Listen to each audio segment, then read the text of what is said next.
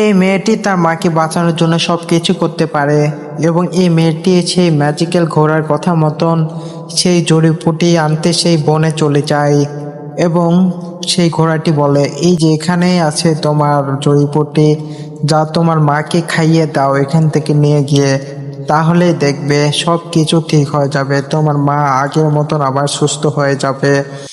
এবং মেয়েটিও হাত লাগিয়ে যে জোরে জোরে চেষ্টা করতেছিল যে গাছের ডাল ভেঙে ঝোপ থেকে জড়িবুটিটি আনার জন্য। সে চেষ্টা করে এবং অনেকক্ষণ চেষ্টা করার পরে এক পর্যায়ে সে এই ডালটি নিতে সক্ষম হয় তার হাতে এবং সে ঘোড়াকে বলে, বন্ধু তোমাকে অনেক ধন্যবাদ, তোমার জন্য আমি আজকে এই কাজটি করতে পেরেছি এবং এই জড়িবুটিও পেয়েছি, তোমাকে অন্তর থেকে ধন্যবাদ। এখন বন্ধু আমার মা ঠিক হয়ে যাবে এবং আমিও আবার চলে যাব। বন্ধু ধন্যবাদ তোমাকে, নেক্সট পার্টে আবার আসবো।